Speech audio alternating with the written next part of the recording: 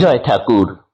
শ্রী শ্রী রামকৃষ্ণ পুঁথি থেকে পাঠ করছি পাঠশালে অধ্যয়ন এই অধ্যায় থেকে, প্রথম খণ্ডের অন্তর্গত পাঠশালে অধ্যয়ন এই অধ্যায় থেকে। আজ পাঠ করছি পৃষ্ঠা সংখ্যা 18। গতকাল থেকে আমাদের এই পাঠশালে অধ্যয়ন শুরু হয়েছে, আজকে দ্বিতীয় দিন পাঠ করছি। গতকালের পাঠে আমরা দেখেছি বাবা চিন্তা করছেন ছেলে তো সবসময় তার সঙ্গী সাথীগণকে নিয়ে মাঠে ঘাটে চড়ে বেড়াচ্ছে, ঘুরে বেড়াচ্ছে, বড় হচ্ছে আস্তে আস্তে, একটু বিদ্যা শিক্ষা করা দরকার, একে এবার হাতে খড়ি দিতে হবে। তো সেই মতো করে বুঝিয়ে শুনিয়ে তাকে, কিন্তু ছেলের অতটা পড়াশোনায় বা পাঠশালে যাওয়া বা বিদ্যা অধ্যয়নে অতটা মন নেই, মন ভার হয়ে যায় পড়াশোনার কথা বললেই। তবুও বুঝিয়ে শুনিয়ে তাকে হাতে খড়ি দেওয়া হয়েছে। এইবার সমস্ত কিছু বগল দাবা করে নিয়ে তাতে থাকে বসার আসন, বইপত্র, পুঁথি ইত্যাদি, স্লেট পেন্সিল, এইসব নিয়ে বালক গদাই বগল দাবা করে হাঁটতে হাঁটতে পাঠশালায় যাচ্ছেন। কোন পাঠশালায়? লাহা বাবুদের পাঠশালায়, সেই টিনের আটচালার যে পাঠশালাটি, যেটি আমরা দেখতে পাই, যেটি ছবিতে দেওয়া আছে, সেই পাঠশালায় যাচ্ছেন। কি অদ্ভুত দৃশ্য যেন আমরা চোখের সামনে দেখতে পাই। কিন্তু পাঠশালায় গিয়েও তার পাঠে ততটা মন বসে না, বরং অনেক সঙ্গী সাথীগণকে একসাথে পাওয়ায় তার খেলার পরিমাণ যেন আরো বেড়ে গেল।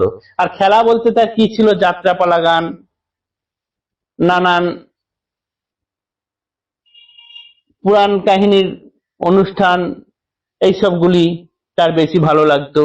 সেই সবে যেন আরো বেশি করে মজে গেল। সেইটি আজকের অধ্যয়নে আমরা দেখব। আজকের পাঠের মধ্যে দিয়ে দেখব তিনি নিজে তো মজেছেনই, অন্য সকলকেও কিভাবে ওই বিদ্যাদানের থেকেও এই পাশের জিনিসকে বেশি শেখানো আকৃষ্ট করছেন। পাঠ করছি আজকে পৃষ্ঠা সংখ্যা 18। পাঠশালে যত ছেলে সবে ভালোবাসে, ছুটি পেলে গদায়ের সঙ্গে ঘরে মিশে, আড়ালে গদাই লয়ে বালক সকল, সুন্দর করেন গান যাত্রার নকল।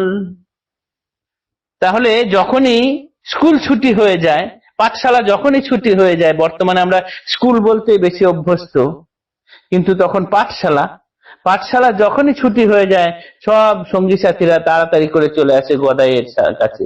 এবার গদাইকে নিয়ে আড়ালে চলে যায়, আড়ালে গিয়ে সেইখানে সুন্দর সুন্দর যাত্রা পালার নকল করতে থাকেন তিনি। কেননা এর আগেই আমরা দেখেছি যে ঠাকুর ছিলেন একজন শ্রুতিধর, একবার তিনি যা শুনতেন হুবহু নকল করে সেটা বলতে পারতেন। তাই কি করতেন? আড়ালে গদাই লয়ে বালক সকল, সুন্দর করেন গান যাত্রার নকল, অপরে সাজান নিজে সাজেন গদাই, ঠিক অবিকল যাত্রা কোনো ভেদ নাই।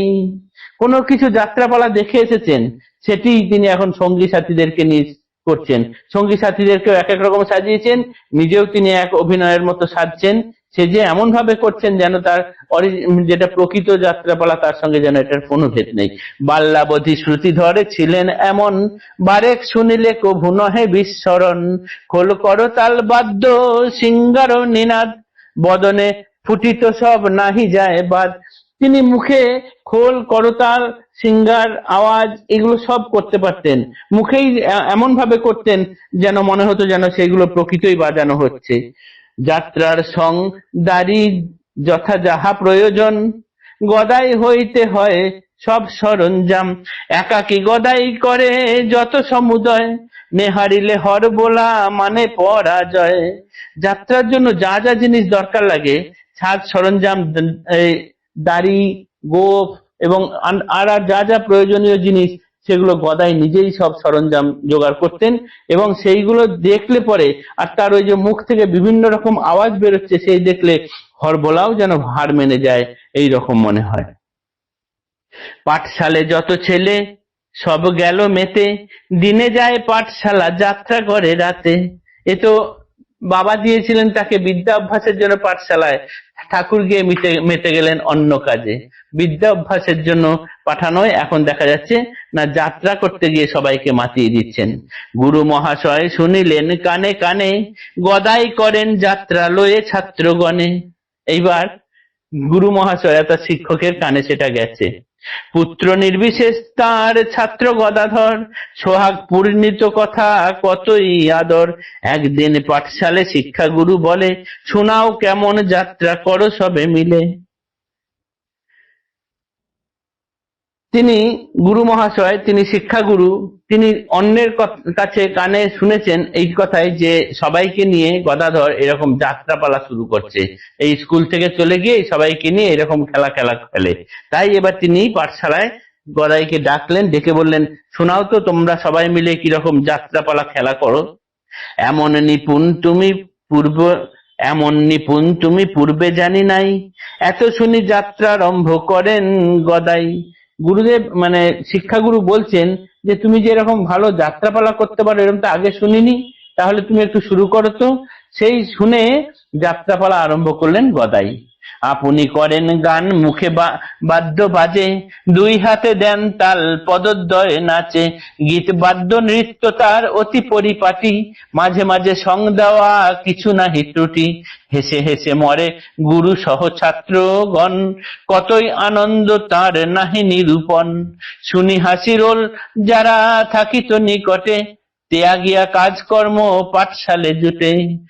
গুরু মহাশয় বলেছেন যে তুমি এটা যাত্রাপালাটা করে দেখাও তো, তাতে করেই রাখা মানে শিশু গদাই যেমন যেমন করে এই করতেন অন্যান্য সঙ্গী সাথীদেরকে নিয়ে, ঠিক সেই রকমই তিনি একেবারে মুখে বাজনা বাজিয়ে, পায়ে নাচ করে, হাতে তাল দিয়ে, পা দুটো নাচিয়ে, গান বাজনা নাচ সব একসঙ্গে এমন পরিপাটি করেছেন, মাঝে মাঝে সং দেওয়া করছেন, সমস্ত কিছু এমন নিপুণ ভাবে করছেন, তাতে করে যে যে গুরু মহাশয় করতে বলেছিলেন তিনি এবং যে ছাত্রগণ ছিলেন সকলেই হেসে একেবারে লুটোপুটি। এবং এই হাসির আওয়াজ শুনে বাইরে যারা থাকতেন তারাও ভাবলেন কি হলো, যাই দেখি যাই। আশেপাশে যারা ছিলেন সবাই এসে তখন এখানে জুটতেন, জুটে তারাও এই যাত্রাপালার রঙ্গরস নিতেন কিছুটা। শুনি হাসি রোল যারা থাকিত নিকটে, ত্যাগিয়া কাজকর্ম পাঠশালায় জুটে। পাঠশালা হইল ঠিক রঙ্গশালা মতো, নিত্য প্রায় গদায়ের যাত্রা তথা হতো। এই পাঠশালা এখন এবার রঙ্গশালায় পরিণত হয়েছে, যেটা আমরা ভবিষ্যতের রঙ্গশালা পরিবর্তন করতে দেখবো ঠাকুরকে দিয়ে, কলকাতার রঙ্গশালাগুলিকে। সেটারই যেন হাতে খড়ি হয়ে যায়। এইখানেই ছিল পাঠশালা, হয়ে গেল রঙ্গশালা। পাঠশালা হইল ঠিক রঙ্গশালা মতো, নিত্য প্রায় গদায়ের যাত্রা তথা হতো। গুরু ছাত্রগণ মধ্যে অন্য কথা নাই, কতক্ষণে আসিবেন লিখিতে গদাই। এবার শিক্ষক মহাশয় আর ছাত্র এদের মধ্যে আর অন্য কোনো কথা নেই, সবাই তখন অপেক্ষা করে থাকেন কখন গদাধর পড়তে আসবেন। পড়াশোনা হয়ে গেলেই তারপরে একটু যাত্রাপালা গান হবে, তাতেই যেন সবার মন উৎসুক করে হয়ে থাকে, সবাই উদ্গ্রীব হয়ে থাকে গদায়ের আসার জন্য। সকলেই উদ্গ্রীব গদায়ের তরে, হেন গুরু ছাত্র বন্দে অধম পামরে। সবাই তখন উদ্গ্রীব হয়ে আছে গদায়ের জন্য। এই রকম গুরু, এই রকম ছাত্র, তাদেরকে বন্দনা করি। এই অধম পামর অর্থাৎ পুথিকার নিজে বলছেন যে আমি এই রকম গুরুকে এরকম ছাত্রদেরকে বন্দনা করি। গদাই মূরতি চিন্তা করে যেই জন, ধরি শিরে তা সবার যুগল চরণ। গদায়ের যে চিন্তা করে, ঠাকুরের যে চিন্তা করে, তাদের সকলের পা দুখানি আমি আমার মাথায় রাখি। জয় ঠাকুর, জয় শ্রী রামকৃষ্ণ।